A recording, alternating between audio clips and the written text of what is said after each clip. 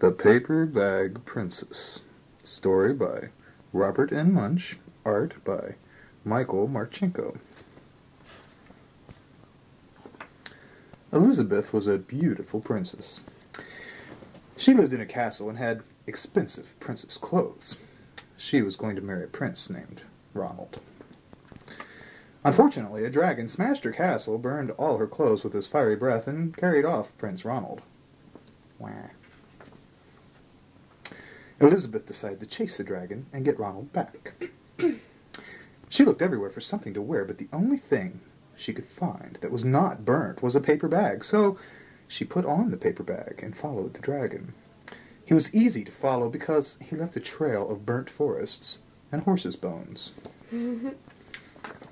Finally, Elizabeth came to a cave with a large door that had a huge knocker on it. She took hold of the knocker and banged on the door. The dragon stuck his nose out the door and said, "Well, a princess. I love to eat princesses, but I've already eaten a whole castle today, and I'm a very busy dragon. Come back tomorrow." He slammed the door so fast that Elizabeth almost got her nose caught. Elizabeth grabbed the knocker and banged on the door again. The dragon stuck his nose out the door and said, "Go away. I love to eat princesses, but I've already eaten a whole castle today. I am a very busy dragon. Come back tomorrow." "Wait!" shouted Elizabeth. "Is it true that you are the smartest and fiercest dragon in the whole world?" "Yes," said the dragon. "Is it true," said Elizabeth, "that you can burn up 10 forests with your fiery breath?" "Oh, yes," said the dragon, and he took a huge, deep breath, and he breathed out so much fire that he burnt up 50 forests. "Fantastic," said Elizabeth, and the dragon took another huge breath, and he breathed out so much fire that he burnt up 100 forests. "Magnificent," said Elizabeth, and the dragon took another huge breath. This time nothing came out.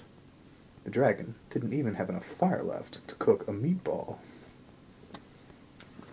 Elizabeth said, "Dragon, is it true that you can fly around the world in just 10 seconds?" "Why, yes," said the dragon, and he jumped up and he flew all the way around the world in just 10 seconds. He was very tired when he got back, but Elizabeth shouted, "Fantastic! Do it again." So the dragon jumped up and flew around the world in just 20 seconds. When he got back, he was too tired to talk, and he lay down and he went straight to sleep. Elizabeth whispered very softly, "Hey, dragon." The dragon didn't move at all.